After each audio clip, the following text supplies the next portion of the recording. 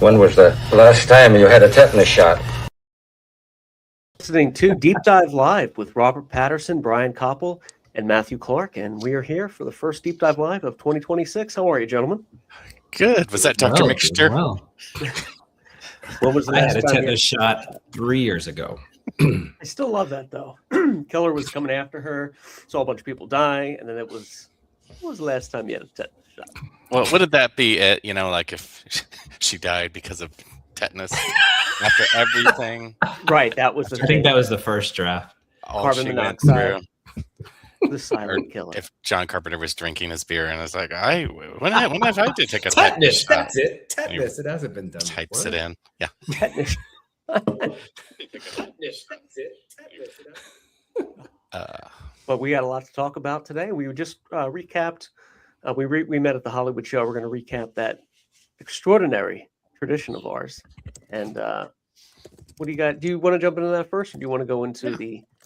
Okay, so I thought it was one of the better ones, and I enjoyed the Annie panel and the panel.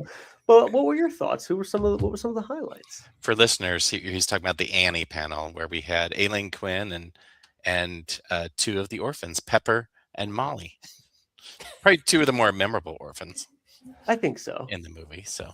Yeah. I hadn't seen Annie in a long time, so I didn't know there were other named orphans. I thought they were all just like ensemble. Oh, Brian. I know. I got homework. And where was Shawnee Smith was also I think she actually was an unnamed orphan. So sometimes she does Hollywood show, but she was not at this one. So Okay. yeah, why'd you like the panel so much, Matthew? Well, I just thought it was very. It was that the energy was high, Real energetic. Aileen Quinn. So I rewatched Annie after that, and I enjoyed it. Is it streaming? No, I found it on YouTube somewhere, some shady link. I feel like you should. That's where you find Annie. I feel like Annie. I will say I did watch some of Aileen Quinn's performances from her band. What, is that Aileen Quinn and the Leaping Lizards? And the Leaping Lizards, covering Tomorrow, of course, at the Whiskey about 10 years ago, and it was good, you know. But I'm just wondering, is that her shtick? Is doing Annie songs, or does she like write new music? I think she does new music. They're always writing new music. You know, Human League, Thompson Twins. No one you want to hear new music from. I'm sure she's. Thompson Twins. Does she sing as fast as she talks? Yeah, she talked apparently she spoke very fast with Robert and Brian. And during the panel, she was very like, oh, wait, is the microphone work? The microphones work. Okay, let's just. She should cover I Want You by Savage Garden. I think that would be right up her alley, I think. I actually listened to some Savage Garden last night. I love some Savage Garden. Yeah. Very good. Very good. Great lyrics, too. If you actually listen to the lyrics. Crash and Burn, when you're feeling low, Crash and Burn will lift you up. Get you out of that rut. I love it. But I'm in agreement. I think that was one of the best groupings they've had. My photo on the fly list was almost 2 pages. Great, always great to see some. You may have to explain what that means. Yes. I love this actually. So I kind of save my autograph budget for the Halloween franchise people and a few Friday the 13th. So I don't get autographs at the Hollywood show, even though there's many people that I would. I just don't. It's not my budget. So to make up for it, I'll just kind of take a little picture, a little walk by, or they're talking to somebody distracted, and I can just get a shot in. So yeah, that's kind of my deal at the Hollywood shows. So, and you're very good at it. I just want to say. Oh, dang! I've only been caught like twice, I think. So I try and. You didn't give me money. Get it down to a sign. Well, Matt McCoy was, at the last Hollywood show, he was clocking. Get out of here, fellas! I paid for an autograph, so get out, scram. That was a challenge, and that might have been. I might have a shot of him looking directly at me. I'll have to check. I think I remember seeing that. Yeah. Matthew, when I do click on that YouTube live link on the story, it just says error. Oh, thank you for sharing. I will take a look immediately. So I don't know if you want to try to rectify that, because I know one person that might be trying to is Rayan trying to watch us. I haven't heard back from him. I clicked on the link as well. So Okay. I'll reshare that. When Disneyland opened up in 1956, the park had all kinds of issues. Should I delete this Wasn't story it and resave? 55? I clicked on it and it did go through. Okay, so maybe. But I'll reshare that as well. All right, and then I'll try. Yeah, it just said error. All right, I'll reshare that now. Why don't we upload this? Do you guys think that the Annie panel was everything you expected? If you were an Annie fan, I feel like that delivered. Like, yes, there's Aileen Quinn. I could have gone for another 3 hours, honestly, of stories. I got some good nuggets, I think, and I think she shared some stuff that I had not heard before. So I think it beat the what was that panel we went to last time when we both left? You all both left The Last Starfighter. The Last Starfighter, yeah. It definitely topped The Last Starfighter. I didn't realize. I was busy doing business. Yeah, I got called getting out. Connections. And I didn't realize you two did not see The Last Starfighter. So yeah, that was quite funny. I was like, oh. And then we finally turned to each other and like, yeah, I don't need to be here. So, I don't need just quietly, discreetly hightailed out of that one. But yeah, Annie panel was definitely entertaining. I got a high contact high, I think, off of that. Well, off of the Annie panel. Start speaking fast. Start speaking 1940s. Rosalind Russell fast. I think that's what she was doing. Maybe it's kind of a little East Coast thing, in there as well. So, but it was not we don't get to hear from the orphans very often, and kind of their experience. But the Hard Knock Life rendition in the movie is just so well choreographed. If you actually watch it with the floors and I know it's a bunch of different cuts, but to me it's pretty seamless on rewatch. I did share with Molly that she didn't realize that Firescape is the same Firescape from mini movies and Purple Rain. So that was new to her.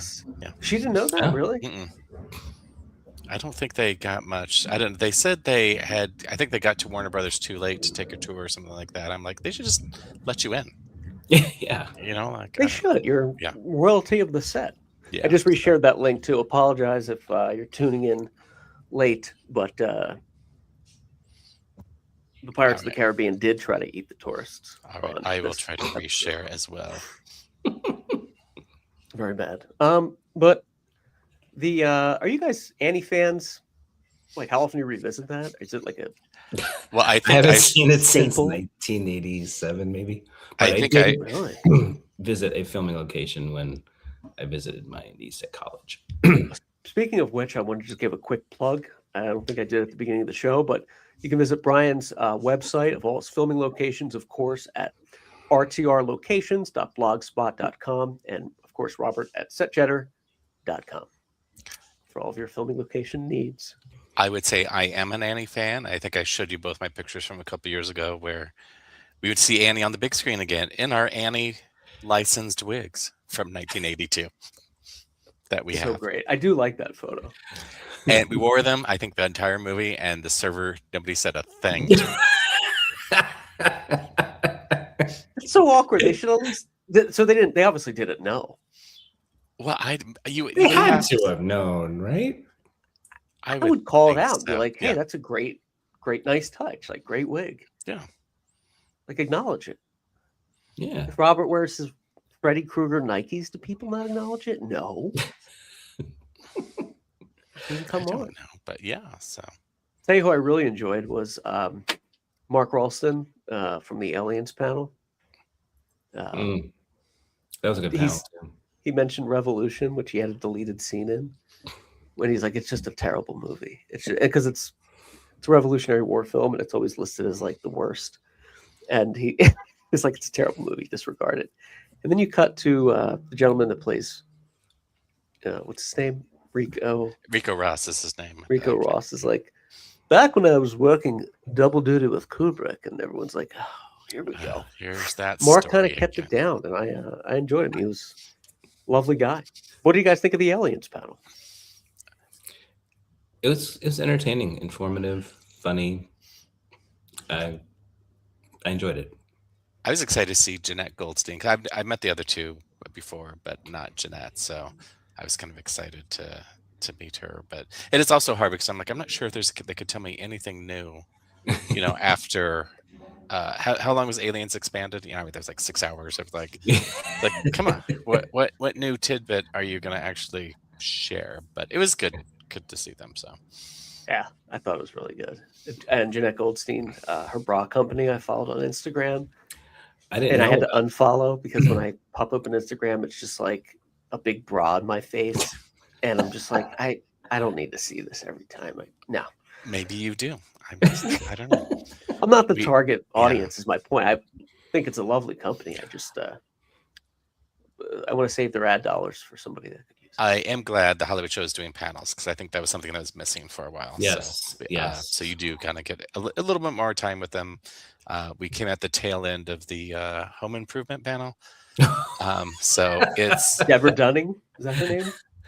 Patricia Richardson. Yeah, it's hard because I think some of these should make sense. Some of these shows have followings, whatever, but then it's always strange that like they're never quite busy. You know what I mean? That I don't know, but yeah, why is that? They just I don't know, but anyway, but panels were good. I'm glad they're doing them because it kind of seems more like a convention thing. So, but obviously, my first guest I met I was most excited to meet Nicholas Guest from Christmas Vacation as Todd. I don't know Margot. I did not. I brought the shirt that you brought for me. I saw that. I love that. I did not wear it, but speaking of, I am wearing. Oh, there it is. Thank you, Brian. Yes, thank you, Brian, for the stand. You're welcome. You're welcome. Welcome. I when I saw that, I immediately thought of you too. Brian got us the stand shirts. We love the shirts that Brian just gets. The stand, Santa Claus the movie. Enough, but they did good because most of the Cujo cast was there. Director Louis Teague, who also directed Cat's Eye and Alligator, and right. I guess now I'm saying it does animal movies. I don't know. Yeah, he's an animal director guy. Francis Fisher and Danny Nucci from Titanic. Well, they just sort of like class. Growing Pains. Danny Pintora, who unfortunately gave the unfortunate news that Who's the Boss most likely won't be coming out as a complete series on DVD. You're going to be able to live with that? As long as Hulu keeps it up. If they take it off, then I don't know what'll happen. One of the many 80s sitcoms that only got a first season DVD release, like in the mid 2000s, Silver Spoons, 227, kind of Perfect Strangers, kind of fell victim to that. Never got revisited. So that was a little hard to hear. I was looking up 227 the other night. Danny Pintora was saying, because I'm watching Southland and Regina King's in there, and there's an episode where Marla Gibbs is in there and she calls her Brenda, and it's like, what are the re-release? But Danny Pintora crowbarred in at the end. They didn't get it. They got a free DVD as part of that release.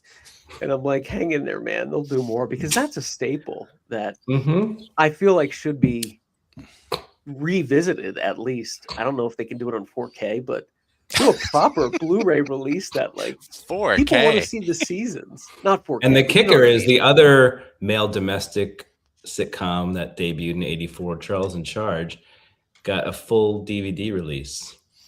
And nobody likes Charles. And who's I do have the first season. There's dark money behind that. Fake Cindy from A Very Brady Christmas was on it. So is that Jennifer Runyon? Yes. I do love her. And I think she's done Hollywood Show before. Oh, if she has, then I will dust off my Very Brady Christmas script. Not one that I've been That is an autograph I will get. Yeah. We've been rewatching a lot of Brady Bunch in this house the last few weeks. I'm very happy to hear that. Yeah. We're gearing up for the 45th of the Brady Girls Get Married in 2 weeks. Wow. So we're gearing up. Have you picked out your gown? Not only when you tattle on others, you tattle on yourself. Trying to get my photos in order for that. You have to. I was excited. I finally got Dee Wallace and C. Thomas Howell to take a picture together with me. So they played mother and son in Secret Admirer. And they also were together in E.T. and I think one other movie just kind of by chance. But so I finally made that happen. I did like that photo too. And is that what got you on Southland kick? C. Thomas Howell? Sort of, yeah.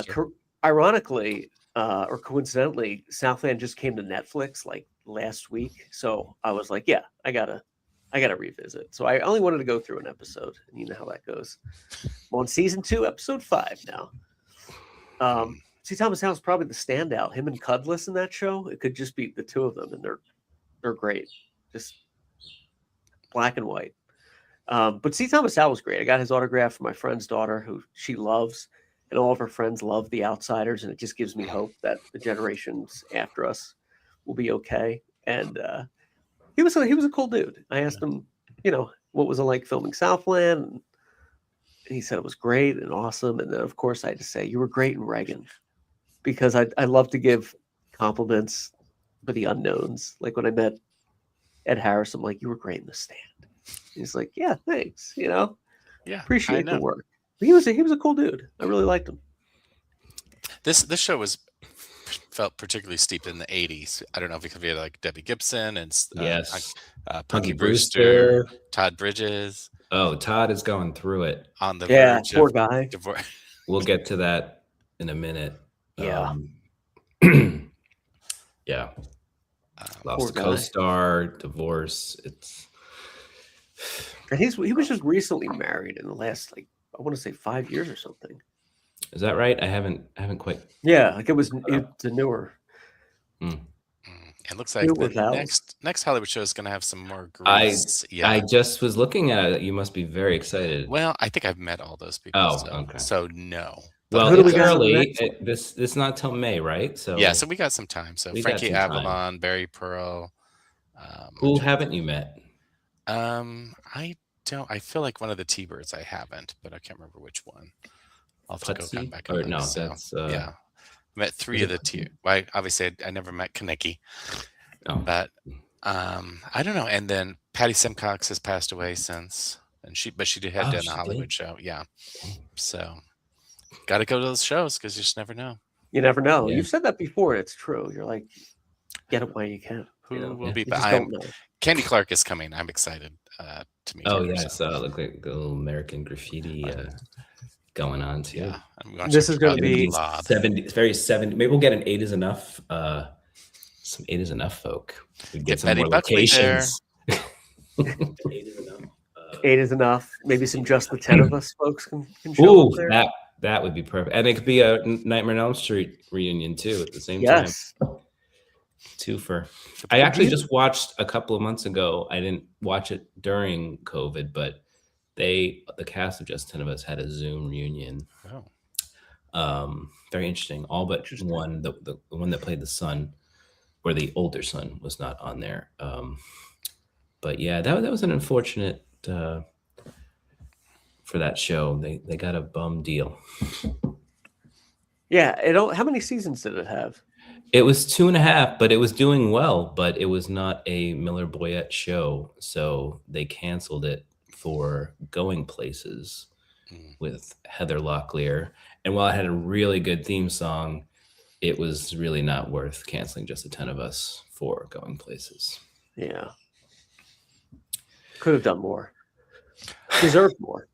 I forgot to say, I went to my first 8 is enough filming location. That's right. You did. I will have to get over there very soon. That was a nice find. Very nice. I think I'm on the YouTube algorithm for like TV theme songs, and I think they had all the 8 is enough different years kind of tagged. Was that the first season? It seemed. I don't know. The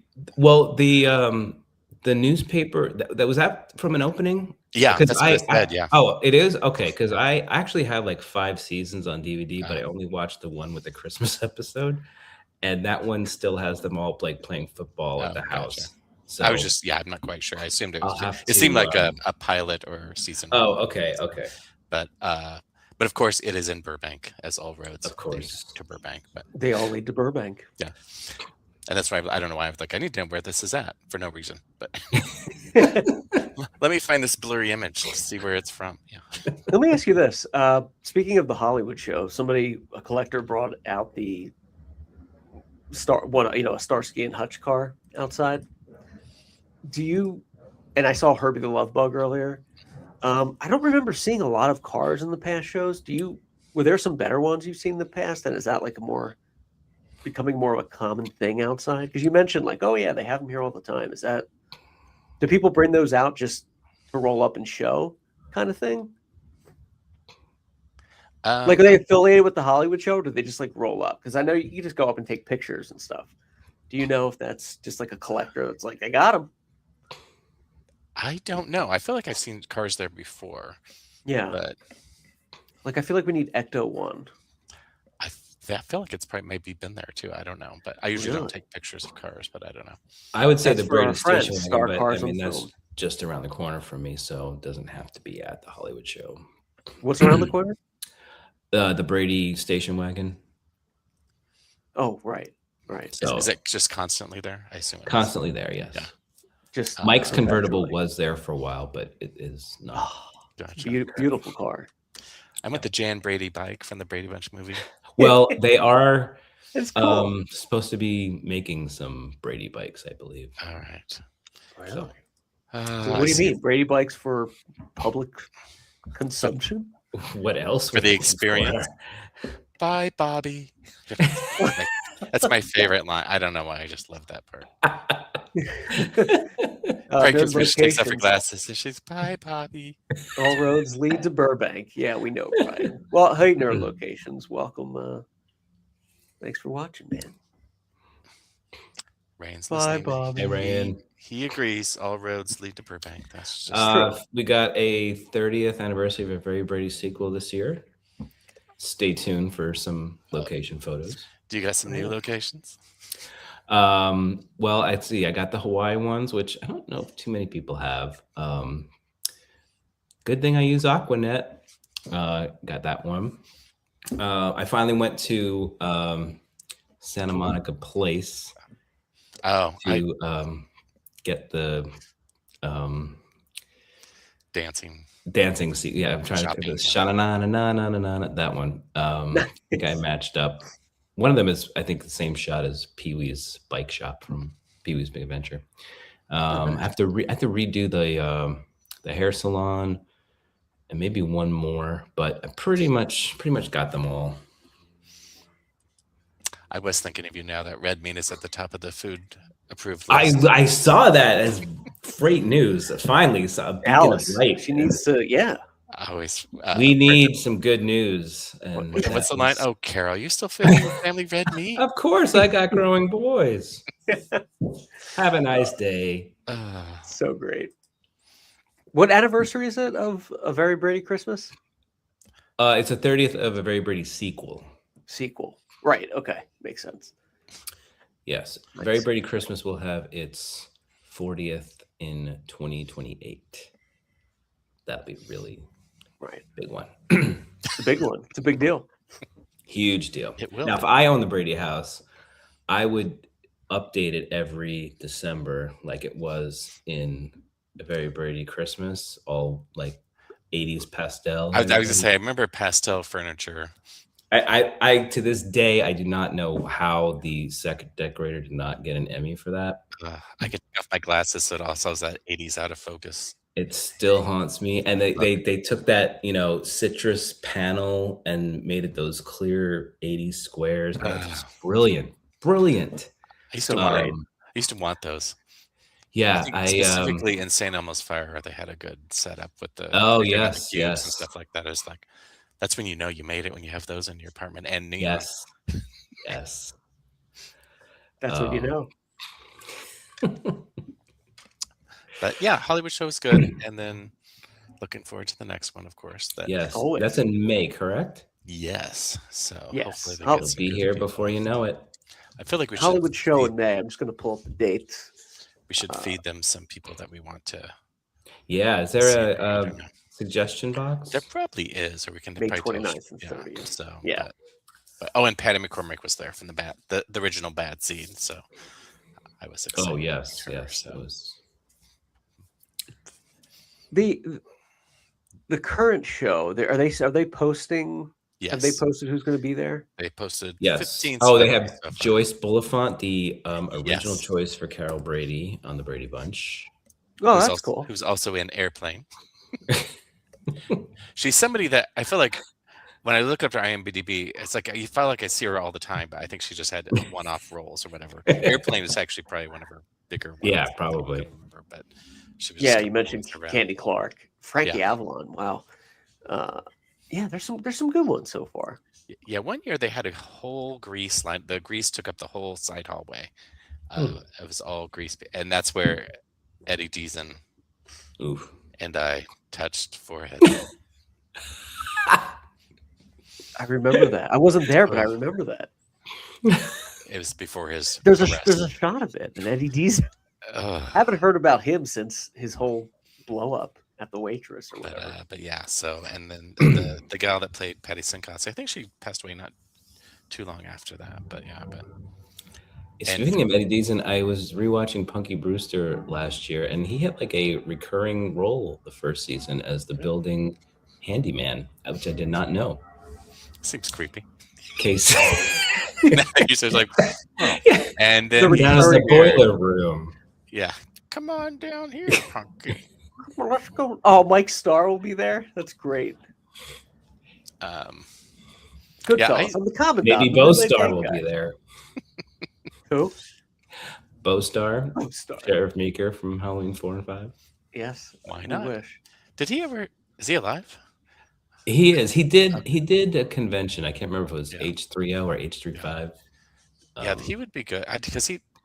And then I was thinking the guy that who played Matt in Friday the 13th Part 5 should do these conventions because he went on to kind of do other stuff, and probably most notably for him, Indiana Jones: The Last Crusade. So, was that the head of the Pineview? Yes. Okay.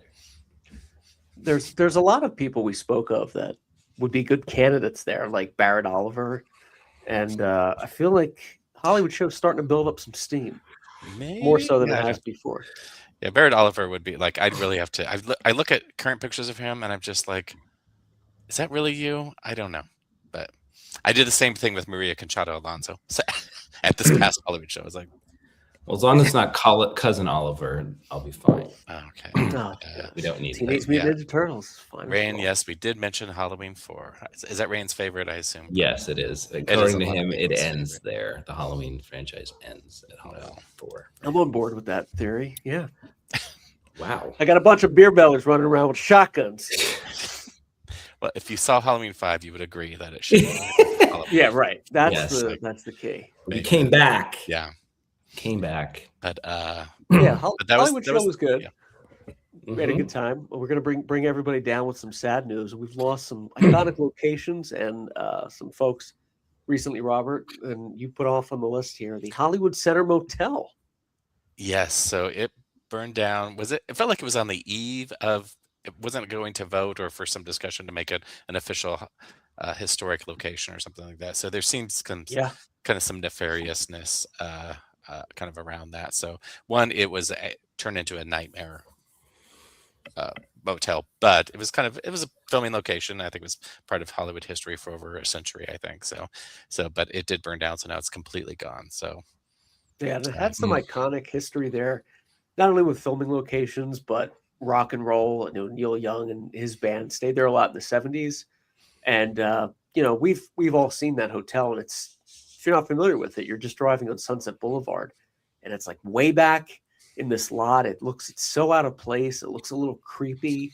Just a cool location. And yeah, it was slated to be, I believe, voted on the California Register of Historic Places, and then it went down. So not saying some developer had a hand in it, but you never know. That might be in the comments right now. But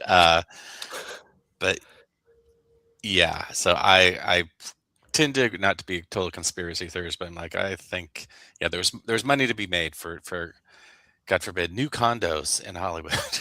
Right. Definitely a mixed use of sorts. That's at least 30 million project. But anyway, but obviously it also probably gotten to the point of beyond repair, probably kind of the last I saw of it. Or I think so. Yeah. Dearly departed tours had taken a tour there not too long ago, and it was just not good. But anyway, yeah.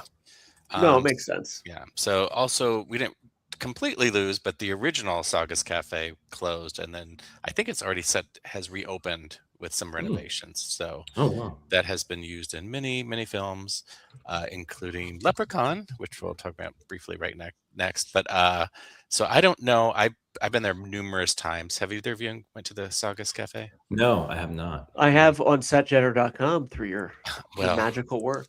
There you go. So, but it's been used in quite a bit. So I think there's new owners, and I think they did renovations, which is fine. But I mean, you know what? Fine. Well, you know what? I was like, oh, I want the original lamps, and this is authentic. But yeah, no, it's sad that so it closed down, but it's opening under new management. Yeah, and I think aesthetically the same building. I think I saw pictures. Looks like they kind of did new booths or kind of renovated it a little bit. So that's what I'm saying. That's fine, because these things happen. But right.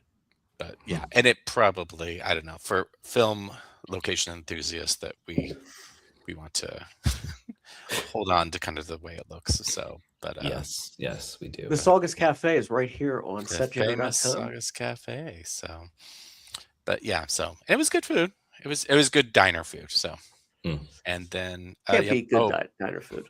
Yeah, we went there right after. I think Brian took off to do locations, but after we visited the Friday 13th Part 3 barn.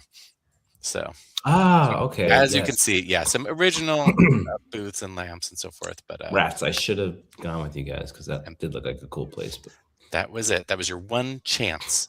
That was it, folks.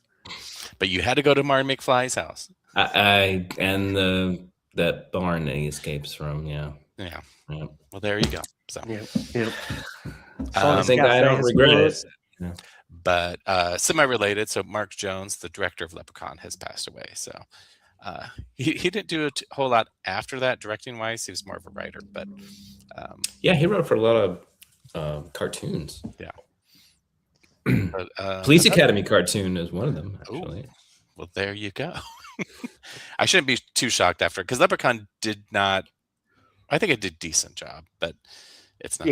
It was not a good calling card movie, but it helped kind of build a franchise. So Rand says the crossroads are also getting demolished,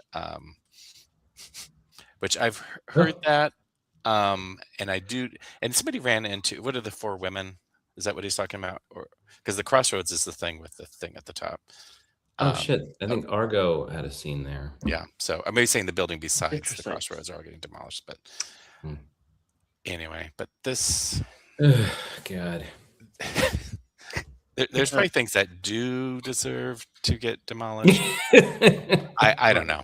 Right. It's not all bad. Like the house / barn from Friday the 13th, Part 5, A New Beginning, should be demolished in the middle of the night. Just a big demolished wrecking ball. Mysteriously. Without warning. Yeah. I don't know how this happens.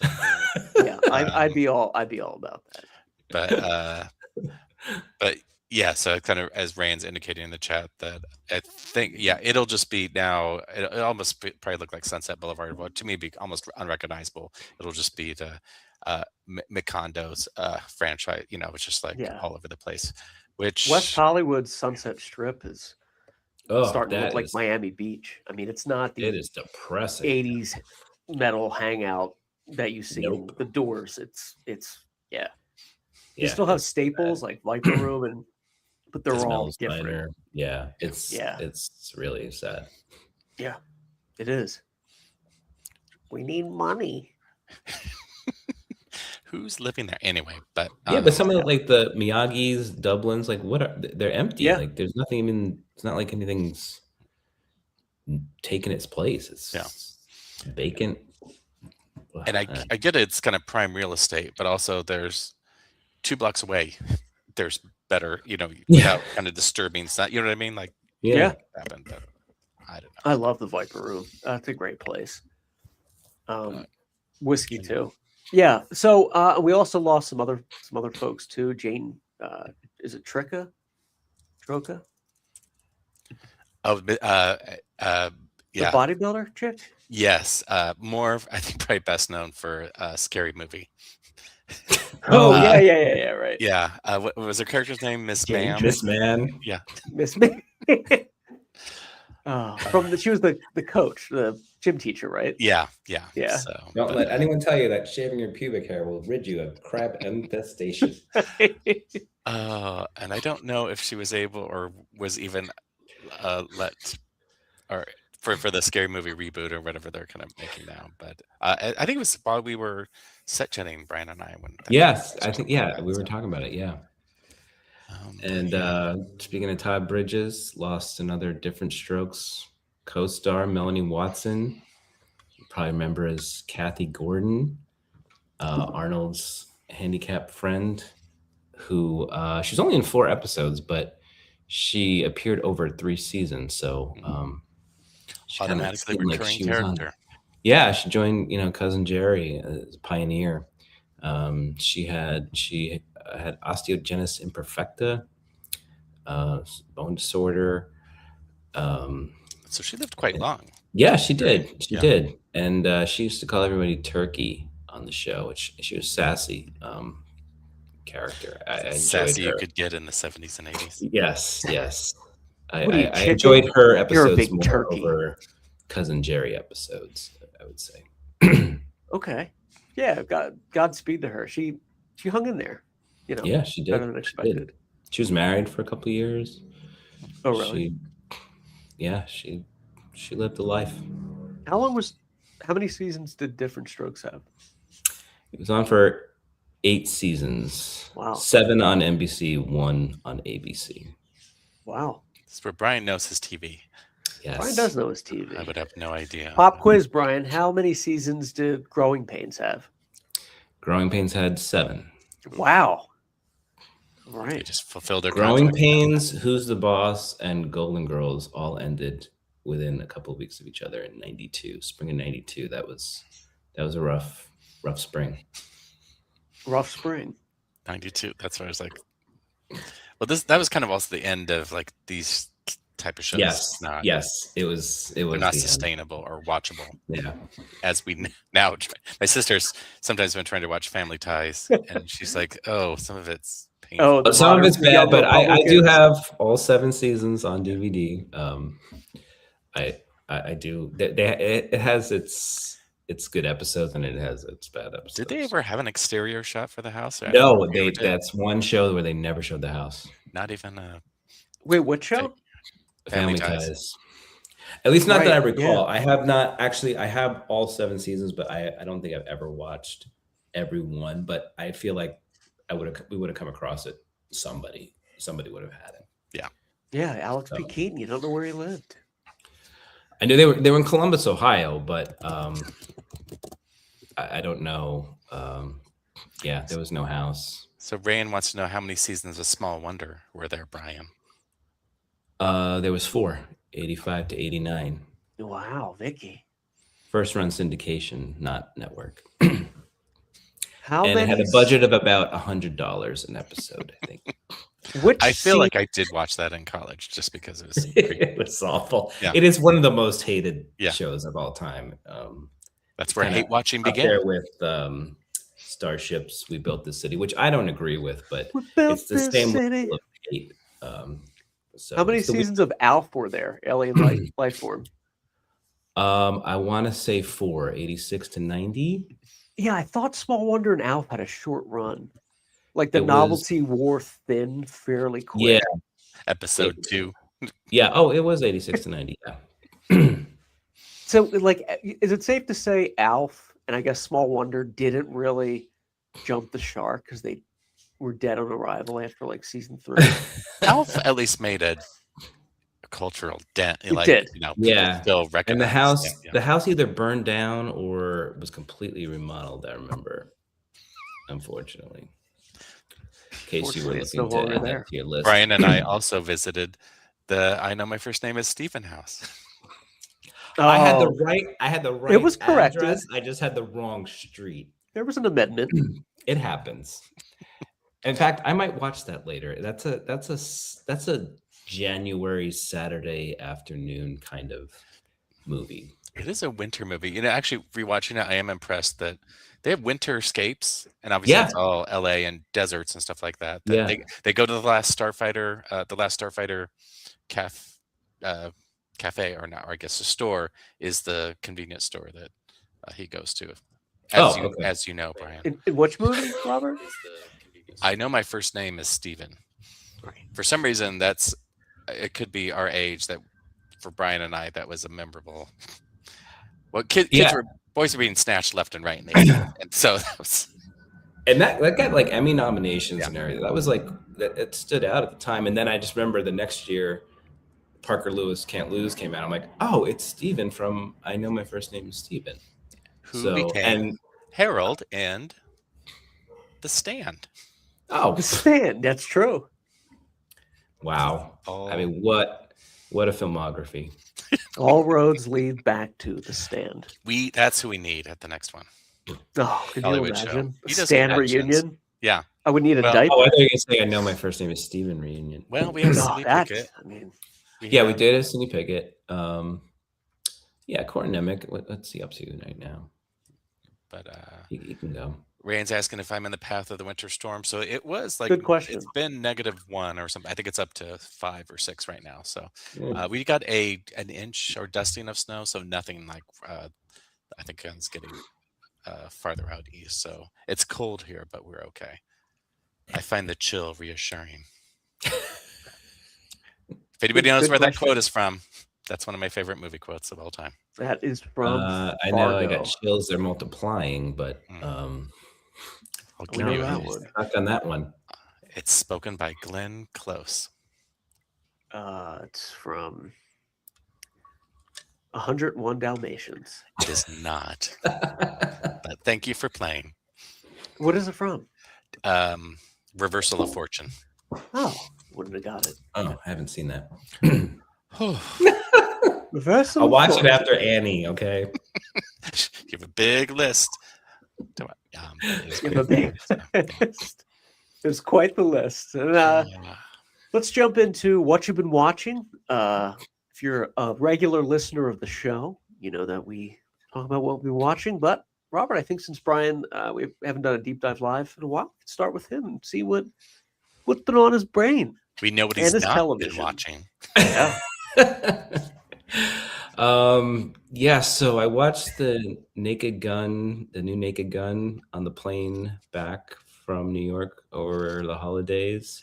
I love the first 3. I didn't quite have hopes for this one, and I'm glad I didn't because it was not great. Although I did laugh out loud. Have you seen it? Mm-hmm. Yeah.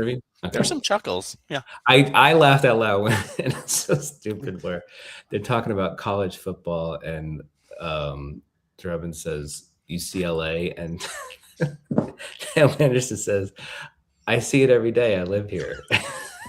That's what I mean. Those are some that's true old school. Yeah, I just wanted more of that. Like if I watch any that of is good. First 3, I am laughing. I know the lines. I could probably recite the movies.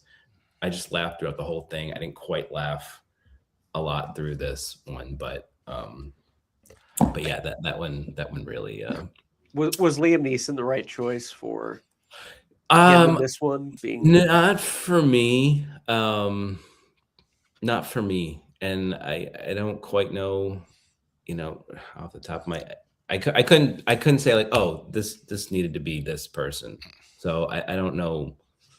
I'd have to think about that a little bit of who I would have wanted. He was almost to me because he was serious enough that he wasn't doing it to be fun. You know what I mean? I think that's where Leslie worked up until the end when he kind of. But yeah, I don't know. I don't know who would be better though either. Yeah, I'm sure there's somebody. I just have to think about that a little bit. One that I didn't really laugh at all, which I kind of wanted to after hearing, was High Anxiety. High Anxiety. Mel Brooks's parody of Hitchcock movies, which I love. Yeah. I don't know. It's it didn't. Maybe just because didn't see it as a kid or something. I just didn't quite. That one didn't quite gel for me. It is probably nostalgia watch. Did you see it, Matthew? Or yeah, but way back when I have. Oh, okay. We just talked about that recently. Yeah. It's no big bus either, but Big bus.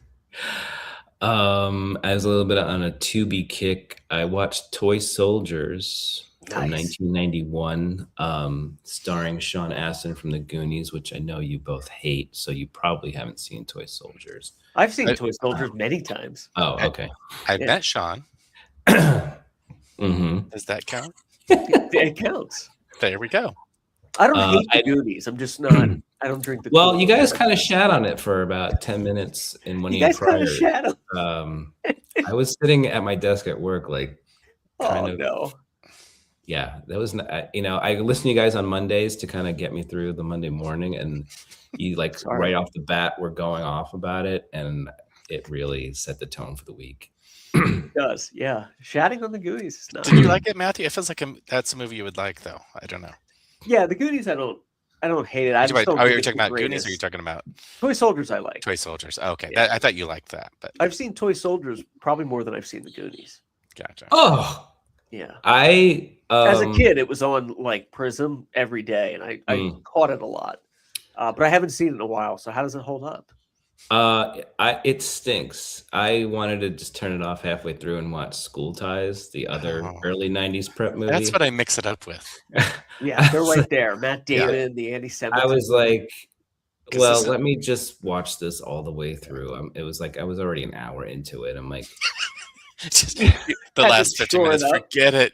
I was like, let me just start some laundry and try and make it through. I had the potential to be like really good, and it just didn't quite get there.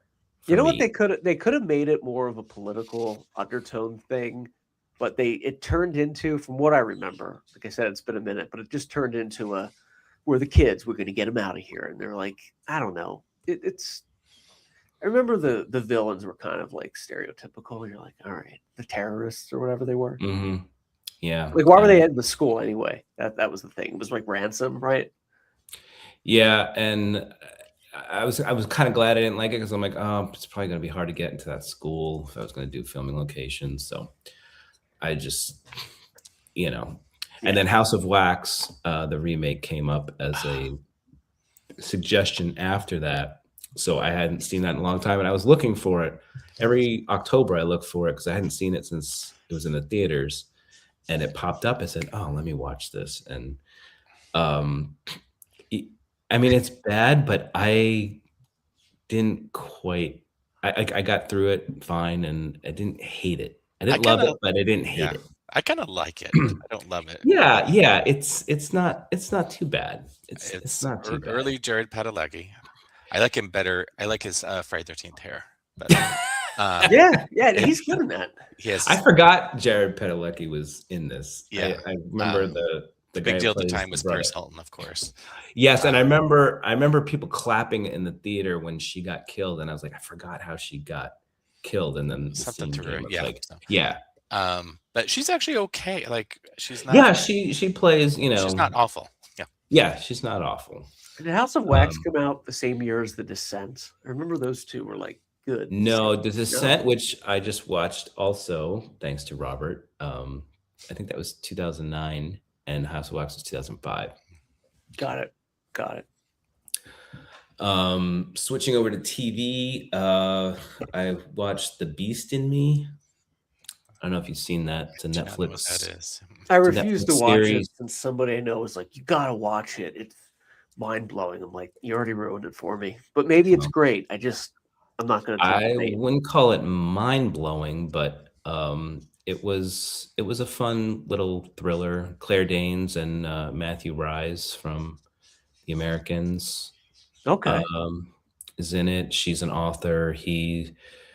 His wife was killed, and he was, kind of the prime suspect, but never an arrest made. And she's going to write a book about him and uncovers things that might make him look like he actually did do it.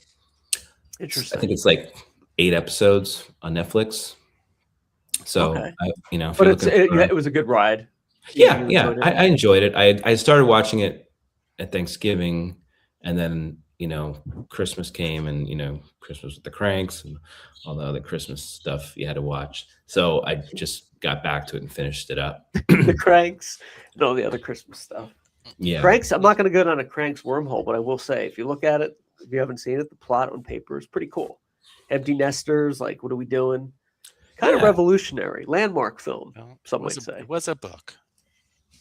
it was a was, book. which I read. Yep. I mean, you can only hope Criterion gets their hands on it. We'll see. Wrapping things up, I did. I did a little binge on Nip Tuck. I didn't do the whole series. I just did the Carver season and a half. What is it? Which Tell me what you most don't like people about hate, yourself. but I love it, even though it's so off the rails. Nip Tuck. But it is highly entertaining. Well, that was early. Is that early Ryan Murphy? Or Yeah, that was. I think he did Popular before that, and then Nip Tuck was like his next one. So you kind of got. When you talk about off the rails, I'm like, I think that's where he kind of found his groove then, because this is kind of Good where call. it fits, and So, and I think, that was a series that probably went on a little too long, because then they it went on like 4 seasons too long. I think it kind of peaked with the Carver. I didn't really care for the season after that with the whole kidney thing. And then they moved to LA, even though they shot in LA the whole time. Yeah. Production costs. Let's make it easy. All right, we're gonna make it easy. But they do, I think, even near the, because like Sharon Gless, I don't know when that episode. That was hilarious. That was, I think, it was either the last season or the second to last, when I was like, I could barely get through these, and then her episodes came out. I'm like, oh, this is highly entertaining. So I don't know if you watched Matthew, but like Sharon Gless, and it was kind of a multi-episode arc, I think, or whatever. And she's pretending to be an agent. And he goes there a CAA something. Car's like, whatever. What's that? What? And then she's making stuffed You're talking animals about Nip Tuck, the later season. Yeah, and she her real job is making stuffed animals or teddy bears at Hollywood and Highland, and it's just like, I don't know. She kills somebody by stuffing them with the teddy bears. As you do. It's I think I do remember hearing about that when that came out. Is on Hulu. I have the seasons 2 and 3 on DVD, but the whole thing is on Hulu, so you might want to look that up. I have the big box set. Oh, okay. Do you really? Oh yeah. How is it? Does it have features? I don't remember. Yeah, there is. I know, like for season 3, they have a thing about the whole Carver and how they had a lot of meetings about how often the Carver should be mentioned or seen and all that. So there are some special features, at least on the earlier seasons. Nice. But that was kind of. Well, this is back when you would wait episode by episode to see. Yeah, it was week by week, and they milked it for like who is it? Could be, Yeah, I do remember the hype when that came out. It was, you seen Nip Tuck. It was very, they did milk that week to week, just like the Pit is doing now. That's on my homework list too. I've heard great things about the Pit. It's fantastic. It's something that, I don't know. I kind of binged it, and it is a little too long to binge, because it does happen in real time. So you do feel like you're at work, but which I do like that it's real time, because they have to wear the same clothes and makeup and everything for the entire run, and I feel like they do a good job with that. Yeah. The other thing about Nip Tuck, like I met Dylan Walsh, who's also in Congo. Oh yeah. Yes, he is. But I think we talked about this before. So Kimber was on our plane. We love Congo here. Flying out of Burbank. And she was sitting because Burbank Airport is small. Like there's just literally, you just face people. And she was sitting across from us, and she had super dark hair. Like she didn't have her blonde hair. Uh-huh. And so, and that made her kind of almost recognizable. And then we got on the plane, and my sister was like, "Oh, I think that's Kimber," And then I could see her a couple of rows ahead, and she was what stranger she was sitting. This guy, she was talking nonstop to. I could just see her head bobbing. So after we got our connecting flight, we went and said hello to her, and then Jessalyn, is it Gielsick? I can't remember. She played Gina Oh yeah, And yeah. yeah. And in my mind, I always was wanting to do this. I said, if I ever bump into her, this is what and so she was at the Omaha Film Festival, and of course she came and sat right in front of us. And so I'm just like, hey, asshole. And she knew. She turned around. She knew. that's how Oh, I I think love that was that. her opening. Yeah, that was her kind of thing. But as far as like, Yeah. I'm just gonna do it. I'm just gonna do it. But Oh, that's so great. but yeah, I'm always prepared, because like you never know if it's gonna happen. You know, I'm just gonna bump into somebody. I have my kind of lines kind of ready to kind of shout out then. So Yeah, you I did the just same don't thing with Guillermo Diaz, because he goes to Madonna concerts, and so from Party Girl, I'm like, imitate a cat puking. And he knew immediately. But anyway, He knew right away. yeah, got to have those So lines great. ready. Yeah. You do. You got to keep the memory bank fresh. Francis, will you be seating the boats according to class? I didn't shout that out at her, but no, that's great. anyway. That's so good. What else you been watching, Brian? Yeah, Brian. Last was Melrose Place. Never heard of it. Heather Locklear's finest show. Yes, I always get the post-holiday blues after Christmas. So every January, I binge watch Melrose Place to kind of lift me out of it.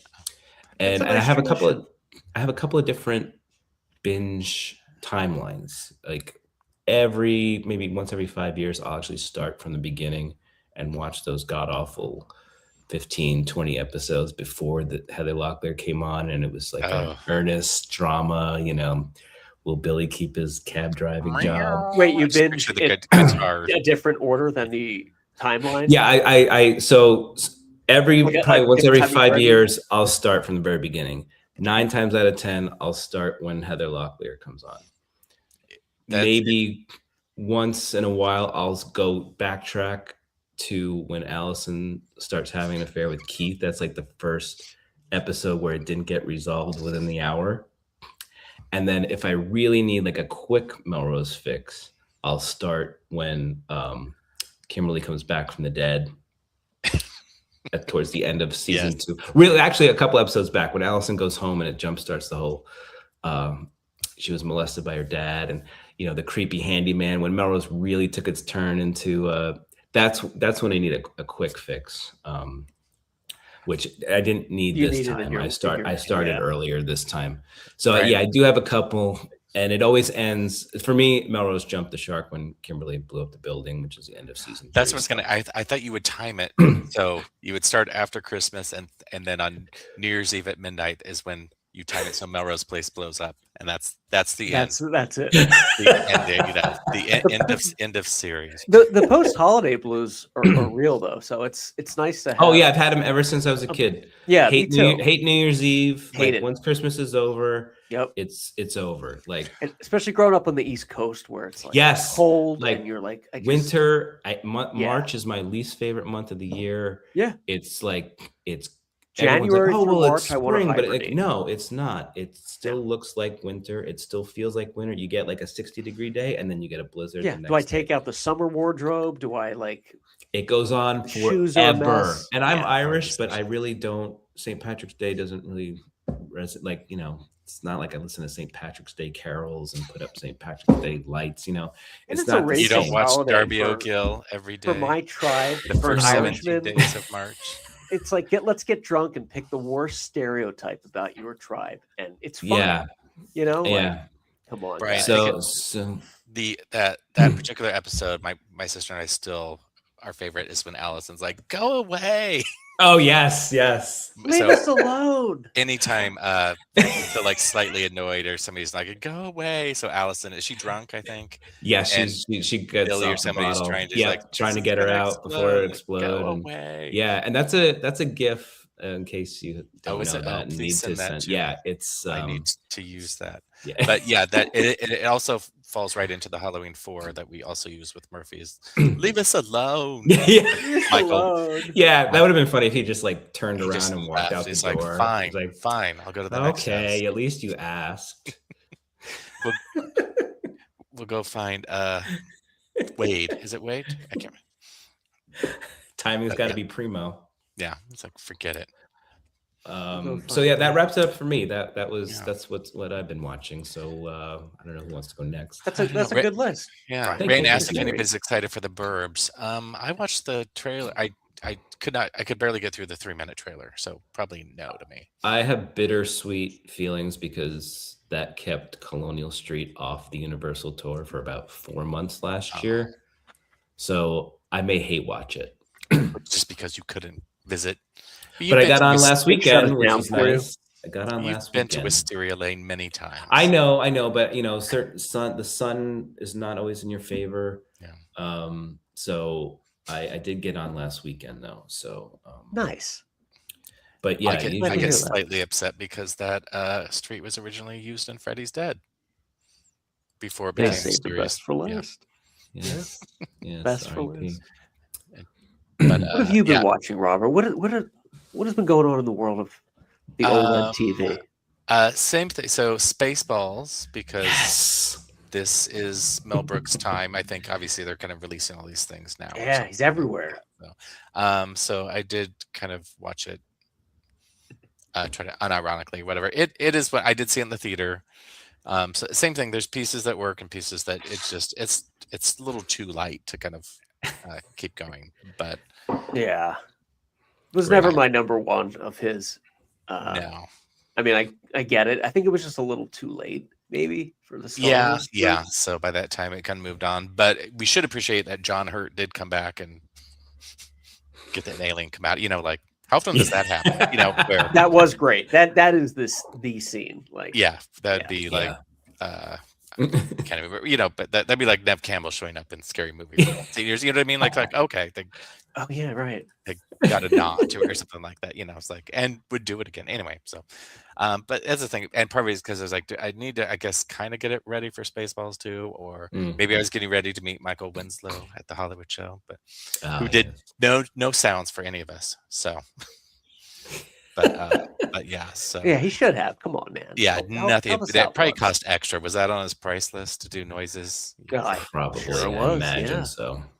The robot, $100. Yeah. Before I left, I watched Insidious chapters 1 and 2.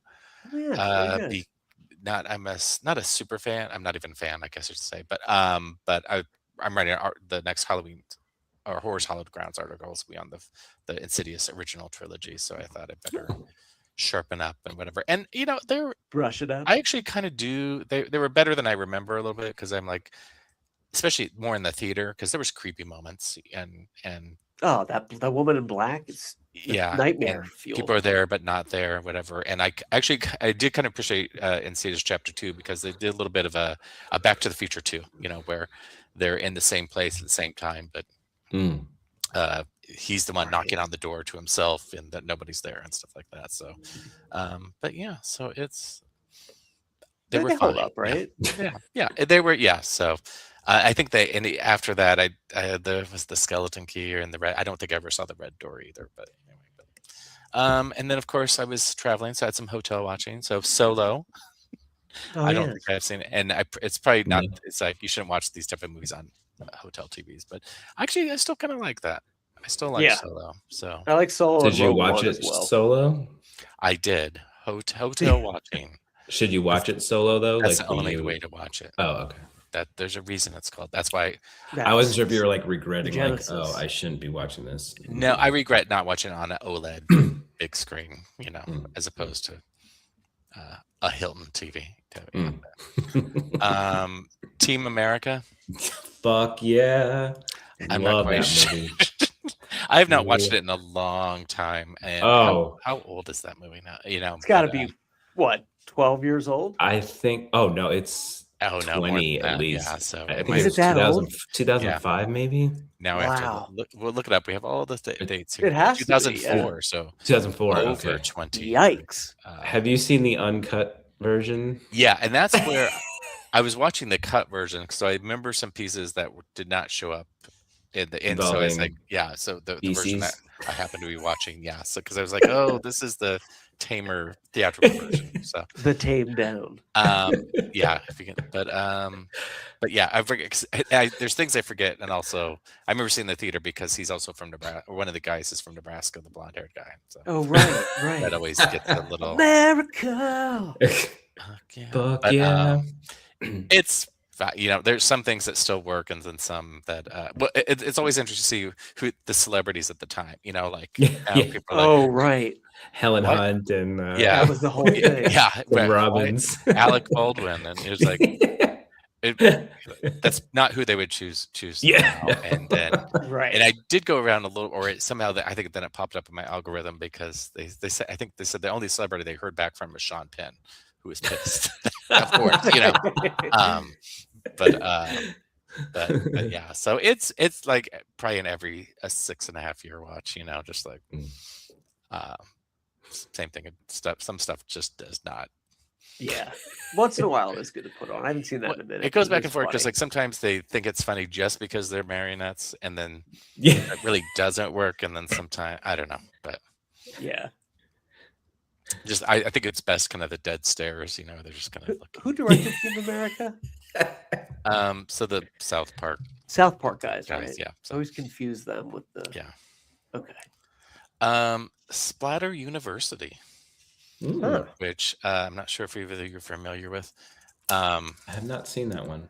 It's an 84 film, so it was a height of slashers, and then I've not watched it in decades, and I think it just showed up on Tubi or whatever. I'm like, well, let me give this a watch, and sure, it's a little bit of Pieces, if you're familiar with that, because it takes place on a college campus, and it's interesting because like these things were so bloody at the time, and now you see more on afternoon TV than you do here and stuff like that. So it's one of those things like you immediately know who the killer is once the movie starts. I mean, not intentionally. We're like, oh, that's the one. But it is interesting to kind of see those kind of little nuggets in 84. Obviously, they were taking our horror films and slashers very seriously at the time. So I think I watched it because horror timelines on YouTube every once in a while we'll go through there's a new YouTuber that I've been watching, and so I was like, oh yeah, I've not watched that movie in a while, so some little reminders for that. So interesting. Splatter University. Splatter University. Would you recommend it?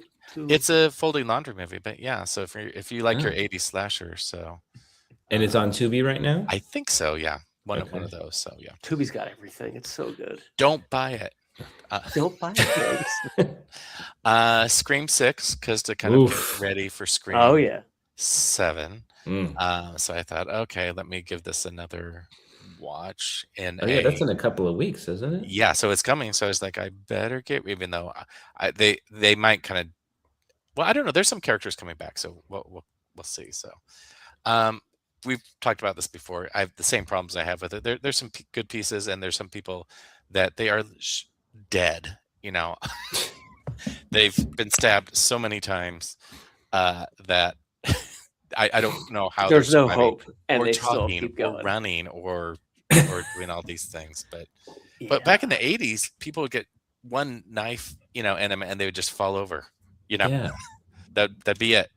And they're like dead, complete. And now that it makes me think. Yeah, the twins, like one of them got stabbed like 67 times by 2 Ghostface, and just walks out. And both the twins. Yeah, both the twins. Yeah, survive, and then one ran from the hospital just to make sure everybody's okay. I was like, "What do? You don't do that in New York anyway."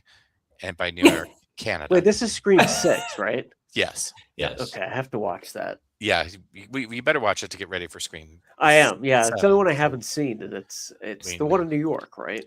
Yes. So, is it Scream 7 or is it Scream 2026? I think they actually are calling it 7. Oh, okay. I think Scream 5 is the only one that just forgot about it, or kind of just did the. I don't know how the Final Destination. No, it's probably the thing that started the. Let's just call it the same thing, even though it's a sequel. I think it was. Yeah. I was still kind of pissed. Halloween 2018 was just. I don't know, but yeah. Right. Now that kind of becomes a thing. but yeah, so there's pieces and there's little nuggets in that I like, and then otherwise it's just like as a whole, yeah, it's kind of not working. But I kind of liked it more at the time. There's pieces that I like. The ladder scene between apartments kind of works as a set piece. The subway scene kind of actually works as a set piece for who's almost in a terror train. You know, everybody's in a mask type thing. But when you put it all together, it's like, no, these people shouldn't be. Gail Weathers. I mean, she gets stabbed, and I don't know, but and her boyfriend. I don't think he even gets a. Do you even see his head? I think he's just in the background. I felt bad. He looked like a hunk, you know, and they were living together, so I don't. But yeah, and she just also didn't seem to. He's like, yeah, I'm used to. Poor Gail. That's why maybe that's her thing. She goes, "You're going to be dead at some point, so I'm not going to get too attached." I'm not gonna, right. She's adapted and accepted. Yeah, and she has like there's little moments, you know, that I kind of like because she's on the phone with Ghostface for the first time, and because Ghostface never called her up until this movie. So, but there's one point she's like, "Can you hold on a second?" And he's like, "What?" Like, and she clicks. I don't know, the tiny little things, but yeah. But anyway, Tron Ares. Jared Leto, right?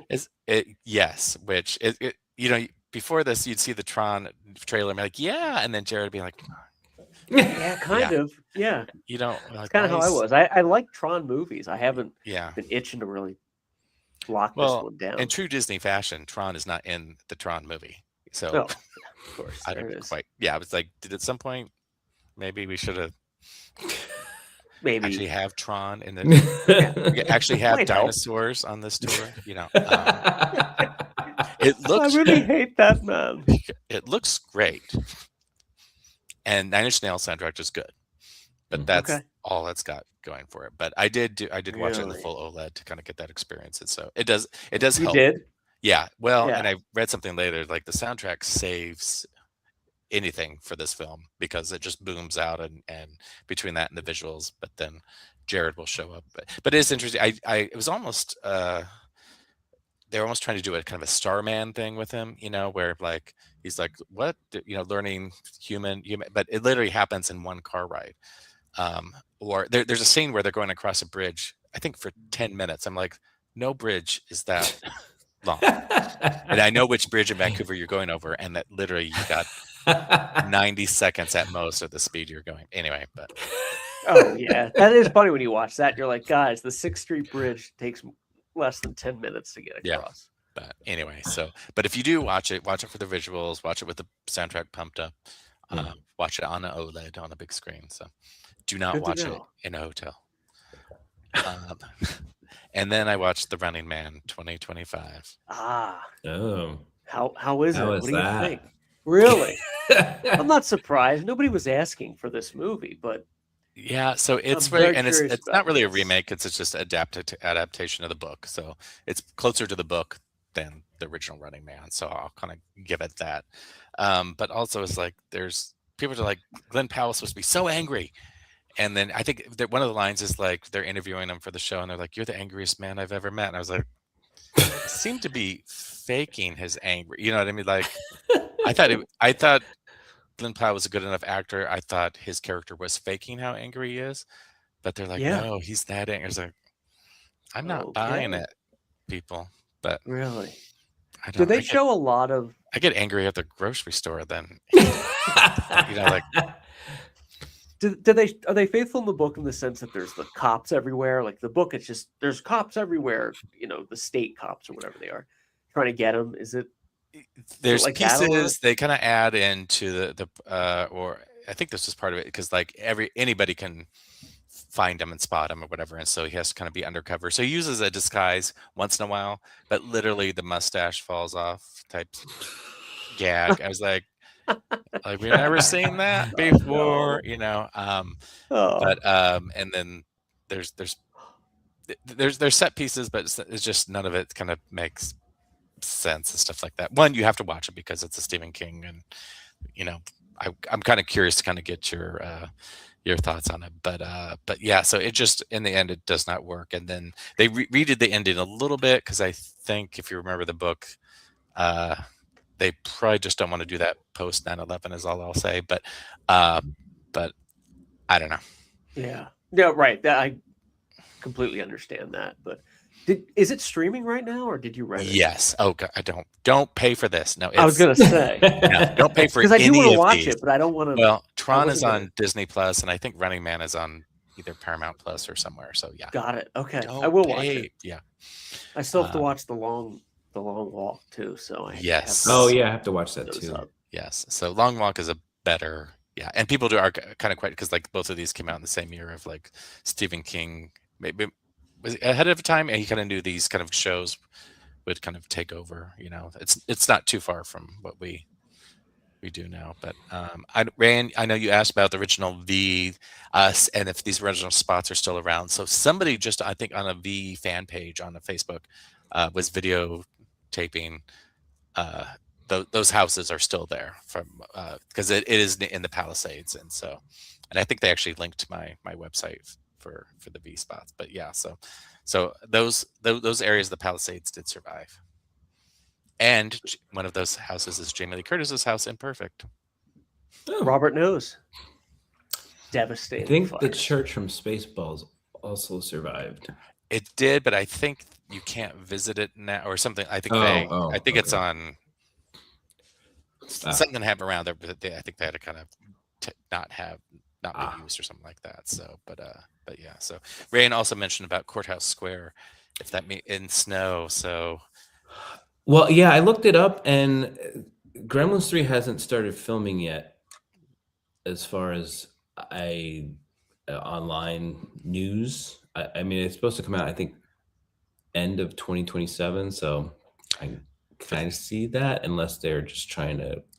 For those listening, you can see, or visitors or fans, Courthouse Square, and it looks like there's trees there with snow-covered trees. And it looks almost exactly like Gremlins 1, the opening shot. It does, yes. Or not the opening, but the titles. So it looks exactly the same. So I don't know. They did have a couple of the New York streets decorated out too. And they had the code, and I looked up the code and nothing came up for it. So I don't know. Oh God, I don't remember it now. It was just a bunch of letters. But yeah, nothing came up for it. So I don't think it's filming yet, but I mean, it's a good guess, obviously, because it looked like it. It looked, yeah, because right before you went down the escalators, I got an aerial view. I was like, wow, that I could hear Please Come Home for Christmas. It looked exactly, So is Gremlins 3 do you see Corey Feldman running around? Is Gremlins 3? You said it's a December release, so are they setting it up to be a Christmas? I don't know if it's I think it's later 2027. I don't know if it's exactly Christmas time. Okay. So I don't know. I don't know if it would be nice if they made it around that time. But although I'm in the camp that it's not a Christmas movie. It's a movie that takes place at Christmas, like Jaws: The Revenge. So that's a Thanksgiving weekend watch for me. I like it. I like it. You tried to kiss me. Disappointed about The Running Man, but I didn't expect much from that, Robert. Maybe others will. Well, I don't think it did very well, so I don't think people quite got it either. I don't know, but it also kind of feels like it's a little too late. And it's directed by, is it Edgar Wright, who I think he could have brought it a little bit more. This sounds wrong, but he should have made it even more over the top if you're really going to kind of do it. Like if you're going to do it, go all the way. Yeah, and I think back to like movies like The Big Hit, where they had different smash cuts and sound effects. Like if you're gonna just do it, just overdo it. Do it right. Kind of make it that way, or do a darker version, kind of like The Long Walk. Kind of one way or the other. It's disappointing. Yeah. And it could be, and in part, I was just like, maybe I was just disappointed in Glenn Powell because like he's so angry. I'm like, is he? I think he's. I think he had a free. I think he had a free afternoon. Who was saying he was angry? You're talking about critics or in the movie? No, in the movie, because they're interviewing, because they're doing kind of a Rorschach test, but of course it's hologram. He's like it's like, and then the part is like whatever they show, I was almost, and they're giving him words or something like that, as well as part of the test. And I think I was mimicking. I had never seen the movie before, but I think half the time I knew the same what he was going to say, And of course it ends on family. He's like everything, like. You get more angry at Target than Well, that's why I have to wear my flight pillow because my head rolls too far back. Like, oh. It's good I didn't see in the theater. The donut. We don't want Krampus type level of or Jurassic World Rebirth. Oof. It makes you angry. You don't want to make me. You don't want to make Glenn Powell angry. No, absolutely. Do you want me to go, or do you still? Now you can go. So I rewatched Misery because we talked about that on King on Screen. He didn't get out of the cock-a-doodle car. I said that to Robert, and he was in town, and he didn't respond. And I'm like, I'm just going to let that sit. I don't know if you got it. It didn't make sense in context. Anything you gotta do quotes in context. But you do. No, you do. Otherwise, you look like a baby. Otherwise, yeah, I'll just stare at you blankly. What? Hey, I love Misery. It's a great one. Yeah, I just got a 4K for Christmas. Did you really? Yeah, I haven't watched it yet, but you gotta let me know how that looks. I'm very excited to see the 4K. I thought it was great. It was streaming actually on Max, so it was pretty good. But that's I think one of my maybe top 3 King adaptations that was made into a film. It's very good. I never saw any of the stage versions. Yeah, I'm curious about how those look. Yeah, was that the Laurie Metcalf or who? Yeah, yeah. Bruce Willis, was it? How was Debbie Salt? She was good. I like her. Debbie I saw Salt. her at a play at Thanksgiving too. She's I'll watch her and I think she's great. Overall, it fell in the movies transferring to Broadway just doesn't work. It's a shame because it's the perfect. It looks like it would adapt very well to a play. As a one location. Yeah. It's small cast. Yeah. It feels like a play anyway. So yeah, it does. It does. Unfortunate. It just was kind of like you weren't. You knew it was going to happen. Yeah.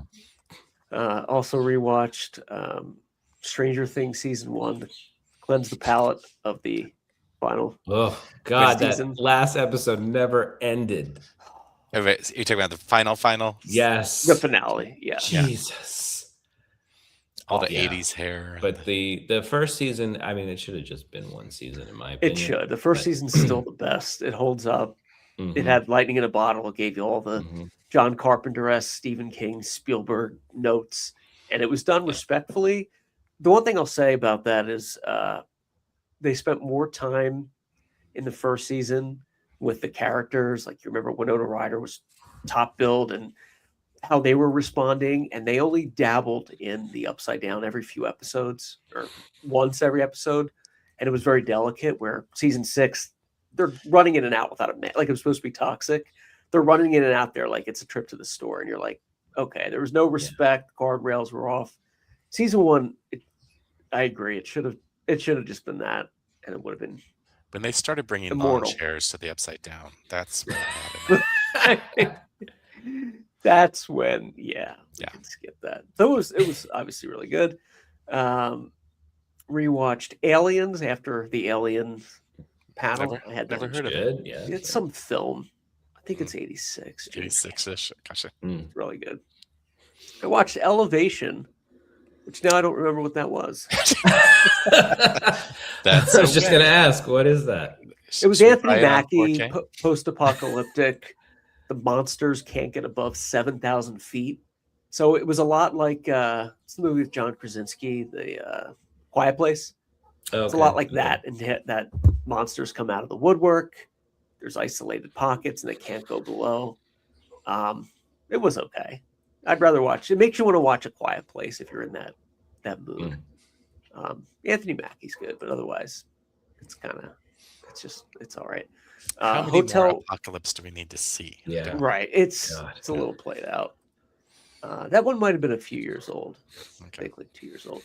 Hotel Rwanda, feel good movie of the year. You always watch those feel good movies. Love feel good movies. But I'm watching Team America, and you're watching Hotel. Hotel Rwanda is interesting because I think it's rated PG-13. Like, for a movie about genocide, they made it so it could be watched by a broader audience, which I like, and I think that's why it did so well. I mean, it's a horrible story, but Yeah. a great story. It's a horrible situation. But I think that was one of those movies that was up there nominated, right, that year? I believe so, yeah. Yeah, I think so. At least I remember at seeing the that. time, yeah. But it was good. Hotel Rwanda, Don Cheadle does a very good job. Rewatched Star The Pit, of Moving Violations. Moving Violations. I think that was his first role, or on film role ever. He has no character name. He's just in the he's in the drive-through window where the cars are going through. He's like, "Thank you for order. Interesting. Thank you for I order." didn't realize that. That's actually Brian and I were at that restaurant in Glendale. Which restaurant? Or was it? Eagle Rock. So it's been used in a lot for some reason. It shows up in Freakier Friday, so I had to get a better shot. But You were there for locations. yeah. Oh, cool. I've been there for locations over like 3 or 4 times now. So for you, it was in it's like season 2 or 3. Oh, Moving Violations, Oh, nice. Freakier Friday. Freaky Friday, which I still have to see. You still have to I do see, too. I do too. and then I do. I'm starting to get a lot of props from that movie. More than my the book that you collection. got. Yeah. So I'm getting or I've received some. It won't make sense that she's in the movie, but they're immigration papers and restaurant menus and I'm offended. the concert passes and stuff like that. So Oh, nice. Yeah, I gotta share. I do have that on my nice. list to watch. yes. Yeah, I do too. I rewatched, or I should say, watched The Pit season 2. There's 3 episodes already. No spoilers. I won't spoil anything. I'll just say, Does anybody get hurt? very tame. I'm not buying. I don't like this one as much as the first one. I know there's only 3 episodes, but if you look at the first 3 episodes of the first season, you care way more about the characters. All of the new characters introduced in this season, I didn't like off the bat. They don't have any qualities. They're not even interesting in a negative way. Is Kelly Martin on? Who? Kelly Martin. Kelly Martin. Who is she? Remember, she's on ER and She got didn't get killed. along with. Yeah. Oh, It was a little joke, but it fell Oh, flat. I didn't- Never mind. There's Moving 7 on. Did she not get along with Noah? there's Wyle? already 7 people. I from think ER on he this was show. notoriously mean to her, Oh. and has like recently apologized for it. Really? So that's why I made the joke. But I'll try harder next time. No, it was good. I just didn't. No, it was good. I just didn't get the reference. The joke was good. The delivery was good. The Pit is good though. It's probably my favorite show right now. You I just watched- said you don't like any of the characters. No, I like the show. The new characters aren't that interesting. No, it's good. It's a great show. The new characters, I'm talking about the ones that they introduced in addition to last year's. Yeah. They haven't found their place yet. Well, as long as they don't all sit around, all 12 of them, making a plan on what they're going to do. Yeah, and fit together sentence while they're making the plan. Well, as long as they have objects they can pick up. You and say, intubate him, and then I'll come with the scalpel. Right, this crayon represents his heart. See, it's like this, and then You know together who's- we'll do who's- this.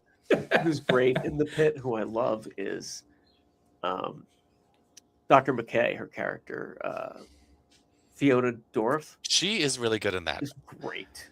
I You believe her. She's just like Yeah. a tired nurse or tired doctor that's like, all right, let's do like, I believe everything she says in that show. she's gotten to become much better of an actor over the year because I was kind of like the early Chucky stuff. I was like, oh, The like I don't want to Stand. call it stunt casting, but Yeah. but she's I don't know. I think she really found her stride in The Pit. I do too. Yeah, the Chucky stuff, it was kind of more of a novelty with her dad and all that. And The Stand, she didn't really stand out, no pun intended. But The Pit, you're like, oh, I get it. Yeah. She's probably the most interesting character too with her Yeah. backstory, I think. But it was good.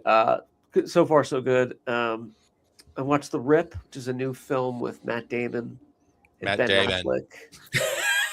Matt Damon needs to go home. Matt Damon. Yeah, I can't even do it right. You did it better. The From Rip. Team America. Yeah. So Right. Have you seen is The this Rip? no, is this I've one never even heard of they're it. running around promoting right now, or no? I don't think so. Okay.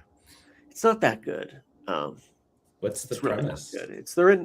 It's based on a true story, but I don't know how true it is.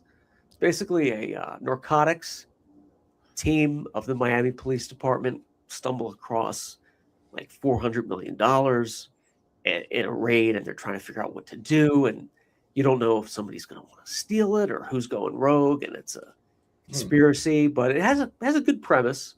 Why doesn't it take place in Boston? That's what I think would help it. I think Boston accents would have helped us. That's all I want to see. If I see those two on screen together, I want. Yeah, if you're going to put them back together, Boston. Yeah, overdo the accents. Come on. That would sell it to me. It ended kind of weird. It wasn't very good. They were okay. All right. And then I rewatched The Thing. I got the 4K for Christmas, so I watched that, which I was very happy with the quality. And we all know The Thing is Carpenter's first film of his Apocalypse trilogy. I did rewatch The Mouth of Madness too, which I didn't put on this list. But I went down kind of a wormhole, so I got to watch Prince of Darkness and I'll be set. But Thing is always good. Probably his best produced film, John Carpenter, in terms of the whole thing, the directing, the cinematography, and the music. It's like every beat's good. It feels cold. They filmed it, in the studio. They made cold. I believe. Yeah, they point that out on the Universal tour. What, that they made it like 40 degrees? The soundstage that they filmed. Yeah. They're just pointing out all the good stuff. Yeah, Jaws the Revenge is finally getting mentioned. It's great. Jaws the Revenge needs love. It needs a lot of love. They used to just go right past it. It was all about Psycho. I'm like, no, this is where they reshot the ending. I think they're going to start to open up more about that. Nerd Locations asked, is anyone going to watch the new season of Shrinking? I will. I like that show. Watch it, Brian? Yes, I like that show. Robert? I have not seen that show. Filmed in Pasadena. All right.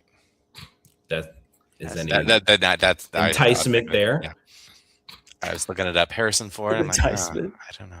They used the train station across from the Myers house in one scene. Kellen just bumped into Jason Segel wandering the streets just in Pasadena. That makes sense now. So I was supposed to be in Pasadena today for my friend's daughter's play, and this show got me out of it. So I'm like, no, I got a podcast. Now you could have bumped into both of them, and now instead, I'm happy to be here. I'm like, the children's play. I'm sure it's great, but wow, I'm here. Let me say way to support the arts. One thing about The Thing, McReady. You guys are very familiar with this film, I assume. Yes. Mm-hmm. So I read his backstory, which makes sense. He was supposed to be PTSD Vietnam vet kind of thing, which explains why he's always up and he's like kind of gritty and kind of takes control. Was this downplayed for like time reasons, or did it just not matter? Because I feel like that would have worked because he's a pilot. It would have made sense if he was a Vietnam vet. If they played on that, do you know why they didn't go that route? I don't know, or if it was just kind of implied by the time, that when this came out, this was the age of that was just kind of there, but it was pre-Platoon.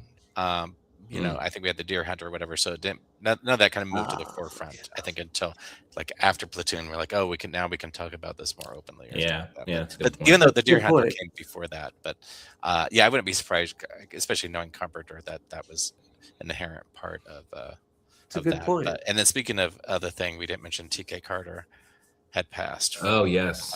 While when we were at the Hollywood. Yeah. So right. I saw that. He was young too, right? And Good Morning Miss Bliss. Yeah. Terrible. Good Morning Miss Bliss is the first thing I've ever watched him at as a kid. He was great. He was Milo. God, that shit was awful. But and I'm also appreciative of The Thing prequel. Me too. Which I kind of like. So one, because I kind of like I like how they morph it right into the original as that one ends, the 81 version begins. So I do like that in the post credits, and also the sets. They did a good job of the room with the ice block. It looked the same to me, not like that Brady Brides. Uh-oh, Brian, shots fired. That is just uncalled for. That is just offensive. I could talk about the Brady's in the White House if you want, but I've actually never seen that. What? Well, why should I? They have fake kids. They're all new kids that weren't in the movie. So it's more about the kids than the parents. is what I'm hearing. Yeah, I mean, I'll accept one fake kid. Okay, Very Very Christmas had a fake Cindy. The Brady's had a fake Marcia. The Variety Hour had a fake Jan. I'll give you one. 6 is just asking too much. All right. Well, I can appreciate your. I can appreciate that. So, was it good? Was it a laundry? Was it a hotel? It is unwatchable. I have it because I have a very Brady Bunch of Movies DVD, so I do have it. I just never.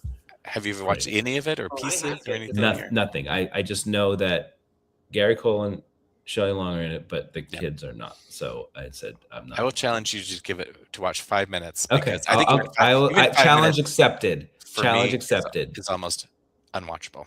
Okay. Really? Yeah. Challenge accepted. You can tell right away. Like, is it the production value that's unwatchable? It's a little bit of everything. picture? Yeah, you can just tell. Like, none of this is. Did they film in DC? I don't know if I even got that far to know. But it seemed to be all sets. You know what I mean? Like, there's no. Yeah. Oh, okay. Really? All right. Challenge accepted. We'll have to do another deep dive live soon if you've seen Everybody it. watch. Yeah, we'll follow up. We'll do a Brady Girls Get Married anniversary special, and we'll discuss it then. All right. Well, that'll be our show for tonight. Unless you guys had anything else. No, I don't know if we should end on Brady Bunch in the White House, but yes. You know what? Let's go out on a high note and just say that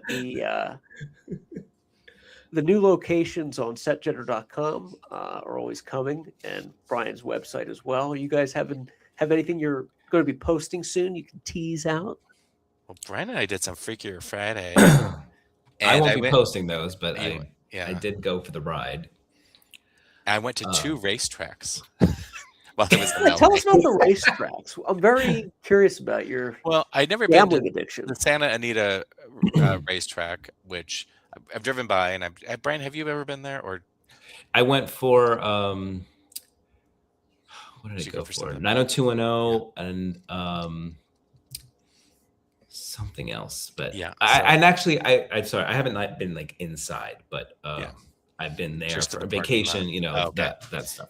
So I actually went because I know Alias was shot there, and then Out to Sea, which you know I feel about that.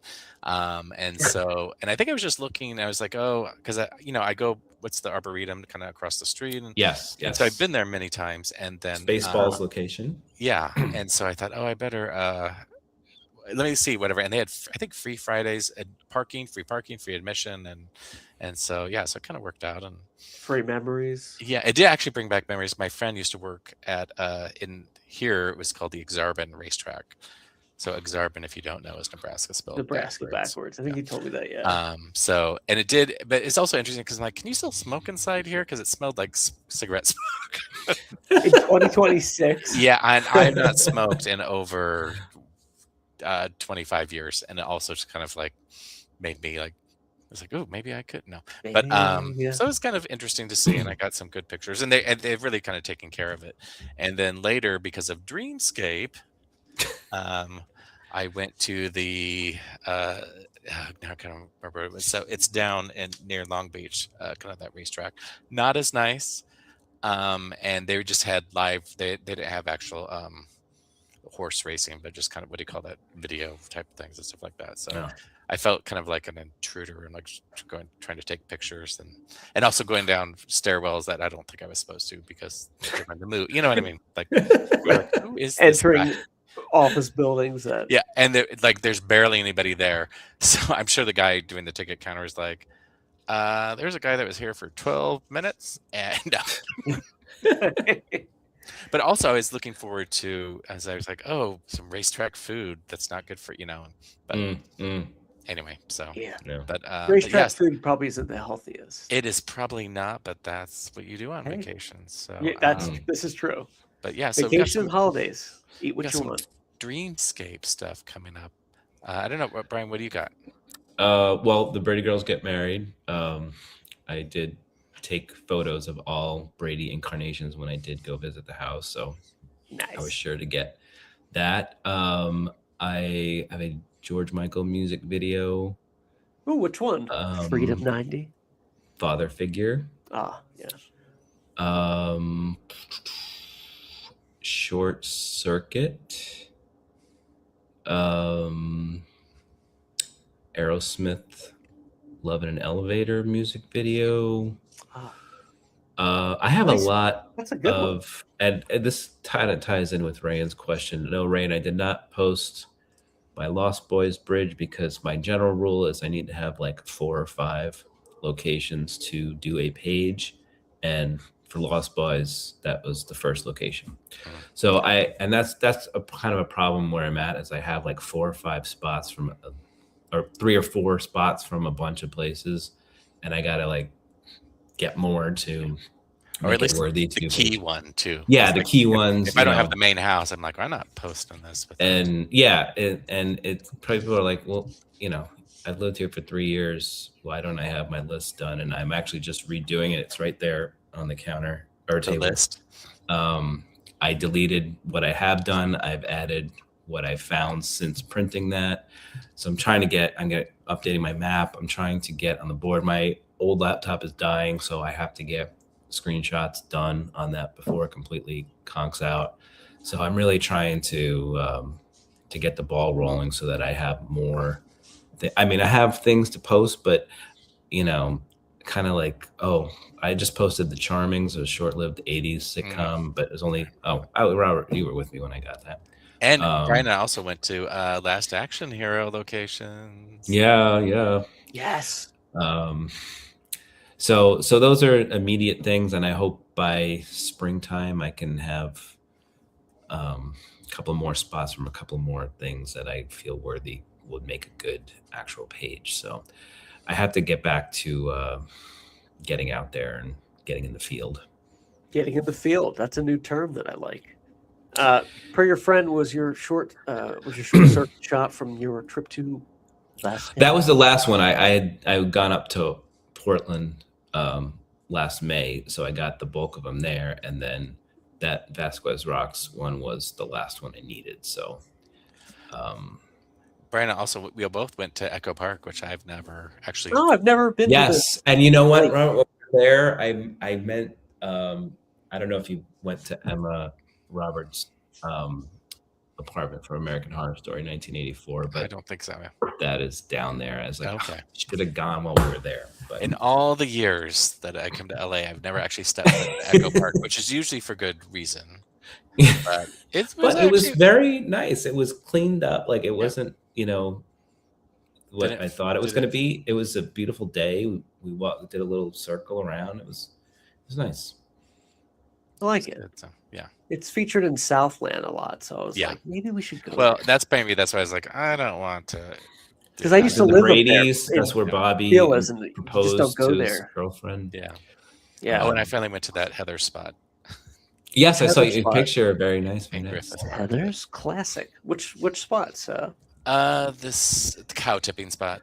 Our love is God. Yeah. Let's go get a slushie. Yeah. Let's go get a slushie. But yeah, it did get me thinking, because I know Patrick Laborito has been at the Hollywood show and he had a location. But I'm thinking he's saying it was Malibu Canyon Park. Yes. I was like, I wonder if he's confusing that with Franklin Canyon Park. Maybe. That's maybe. Just thinking, but anyway, I'm just we'll speaking see if out somebody loud. else is. Maybe Kurt Kelly will be at the next Hollywood show. We can ask him. And I found a missing. I don't know if it was missing because I was going to be down south and in Greece too, where Michael's trying to learn how to do his ride a motorcycle, and Frenchie bumps into him there, and people kept saying it was in this Long Beach, this big park by Long Beach, and I'm like, I'm going to be in the area, and I'm looking, like nothing matches up, and I'm like, well, let me take a look at it again, and then I was like, sure, I was like, it's Griffith Park, like. I was like, come on, So I did go to that spot. No, nobody I think has been to that spot, and nobody cares maybe. But I was like, they care. People care. I Grease 2's got to have some. I think so. People like it. It's got a following. It does have its fans, and then I went to the Santa Ana train station, which I think was used in Rain Man and Memoirs. Oh yeah, and stuff like that. Tiffany music video. Yeah, so it's a nice little. Which song from Tiffany? All This Time. Interesting. I got it on the page. Hi, welcome to my place. Rasha already did it. Damn it! All right, that'll be our show. Nobody likes Thrasher. He's fine. No, he's not fine with me. Blocked him, stalker. That'll be our show for tonight. I want to thank. I'm just kidding. Did you do the Tiffany video? Is that what? Yeah, I posted it last fall. Oh, gotcha. Yeah, Brian doesn't play. I was a little off on one angle, so I do have to go back. It's so dark in the music video, and it was sunny. It was August. The sun was blaring down, and believe me, I'm very mad at myself. But yeah, and we went to one of the houses from Jim the movie. So which everybody's waiting. Can't forget that. Yeah, who can forget? I do like your fandom with Jem.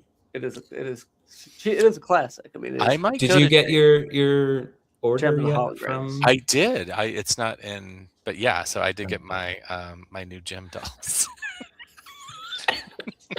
Now I feel like I have to bring them to put them on screen because we're actually on video.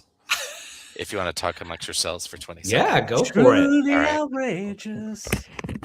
Don't forget to follow us on Twitter or X at @the_Podcastle. Check out all the audio recordings and shows wherever you get your podcasts by searching for Set Jetter Saturdays. Brian, I'm going to give your website one more plug. And I did buy the realtoreallocations.com now. So you did? Okay. Yes. Oh, there we go. Hold on. Let me look at that. Solo. Oh, that's beautiful. Wow. Still in the box. Are you going to take them out of the box? I don't know because they kind of look nice. Can I see the back of it, Robert? Yeah. Oh, nice. Are those the only two you have, or no? Is this the first two of the? This is kind of a special set, and then I have the. I was Jim one. Is that a San Diego Comic-Con exclusive? Can I see it again? The Yeah. front. Wow. I feel like you should get a Jem tattoo. Well, I don't know if I'm that big a fan, but if that logo is legit. It is kind of a nice. I don't know, and I might go to Gem Con in September, but we'll see. So. Where is that held again? They have different locations. This year it's going to be in San Diego. Oh, so, but yeah. Well, so what is the Gem Con? Which? It's like Gem fans all get together, and then some of the when is it? September. I think it's the weekend of September 11th or around there. So as long as it's not September 6th, I'll be seeing Guns N' Roses at the Rose Bowl. Ooh. Oh, you're going? I'm going. Nice, I didn't go to see Oasis, which are my favorite band ever. But I was not paying $600 to see a band that nobody gave a shit about until this year. Wow. So I was like, no, not worth it. That's pretty steep. Nope. That's a story for another day. Let's see. Gem Con would be lovely. 3 days of panels with original voice actors, exclusive shopping, cosplay contest, and photo ops. Yeah, special performances and parties. And I like to have this and a community that gets it. You can do Anchorman and Top Gun location. A community that gets it. I know that's right. Kind of that there's put into it. Yeah. So, and the holograms. But I feel like this is one of those where I show up and I'm like, I'm not a fan like some people. You know what I mean? Well, you should dress up as one of Barbie and the Rockers. Oh my god! Then I would get. They'll get you. They'll be out. Yeah, they'll be like, get out of here. Yeah. But yeah, so I don't know. Yeah. Yeah, GemCon 2026, folks. It's going to be September 11th. Truly outrageous. San Diego. Truly outrageous. I was going to go last year, but there was a conflict. Hollywood show was at the same time. Oof. And it was like, yeah, Sophie's Choice. Like, what do I do? And it was somewhere I wanted to go, or somewhere in the South, because I thought, that'd be kind of a 2-for-1 for locations. But there's volunteering opportunities. You could help set up gem bathrooms. If I don't like. understand what that means. I'm always. I say I understand there's VIP tickets, but is there VIP? Because check out gemcon.xyz. Yeah, I didn't know .xyz could be a thing, but I didn't either. But now I'm very interested. Yeah. All right. Wow. That'll be our show for tonight. Brian and Robert, thank you all for taking the time. Thank you Thanks all for for having tuning me. in. Thank you all for tuning in and listening. And we will see you next time. We will see you on the set.